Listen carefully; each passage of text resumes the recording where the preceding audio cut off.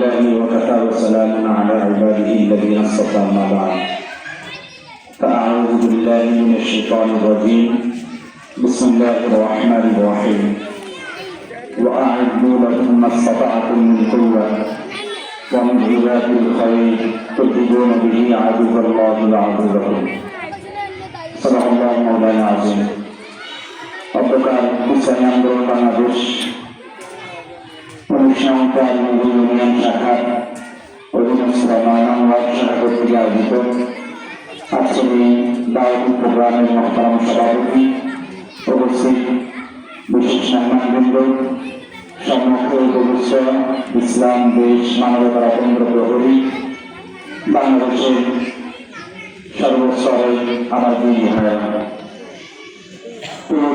সময় একেবারেই কম।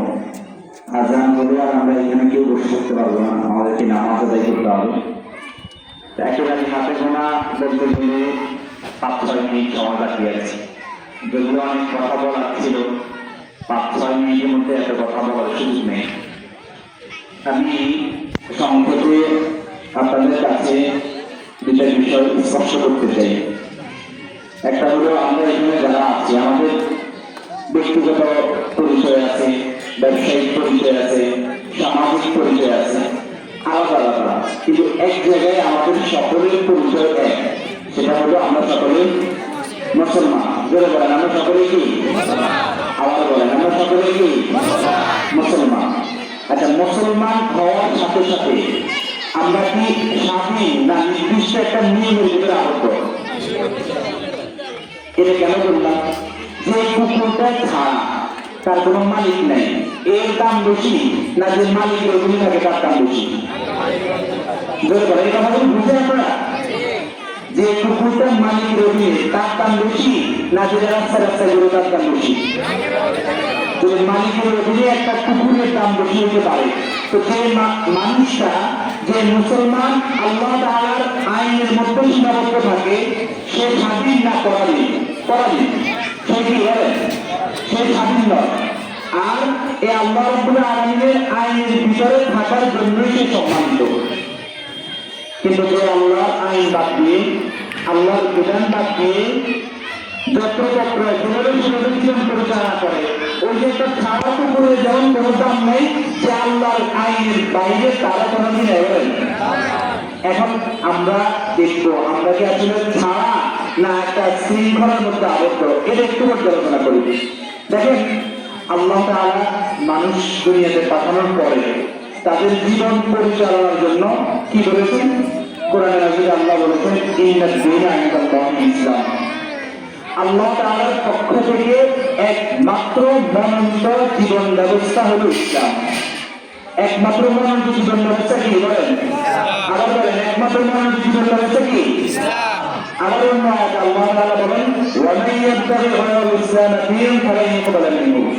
যে ইসলাম ছাড়া অন্য কোন তন্ত্র, গণতন্ত্র, সমাজতন্ত্র, ধর্মনিরপেক্ষতাবাদ, জাতীয়তাবাদ, ইসলাম ছাড়া অন্য কোন তন্ত্র নিয়ে আমার কাছে আসবে, আমি রব্বুল আলামিন তা কখনোই গ্রহণ করব না।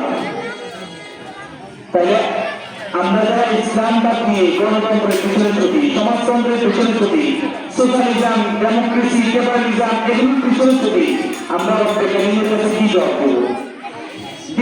আল্লাহ তাআলা মুহাম্মদ রাসূলুল্লাহকে দুনিয়াতে পাঠিয়েছেন শুধুমাত্র নবী বানিয়ে না, শুধুমাত্র মসজিদের ইমামতির জন্য না, বরং রাসূল কারীম সাল্লাল্লাহু আলাইহি ওয়াসাল্লাম একজন ইমাম, এটা যেমন সত্য, তিনি একজন ব্যবসায়ী, এটাও সত্য, তিনি একজন বিচারক, এটাও সত্য, তিনি একজন সেনাপ্রধান, এটাও সত্য, তিনি একজন রাষ্ট্রনায়ক, এটাও কি বলেন?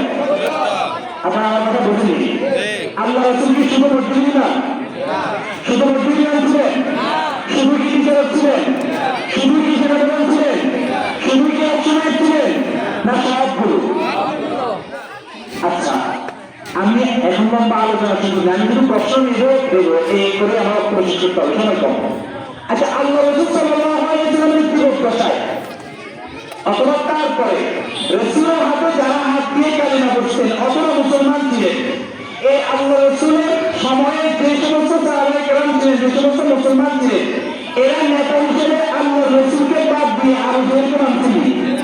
আবুলাহকে অভ্যাসকে তার মানে মুসলমান হওয়ার সাথে সাথে এরা বুঝছে নেতা হিসেবে মানতে হবে কাকে মুহাম্মদুর রাসূলুল্লাহ কিন্তু আমাদের চরিত্র আকাবিলা মুসলমান মসজিদে গেলে ইমাম নেতা মসজিদে গেলে বলে যে নেতার পিছনে কে দেখলা মসজিদ থেকে বাইরে মক্কর গাজার দুর্নীতিবাজ জুয়ারি দর্শনকারী কামারদেরকে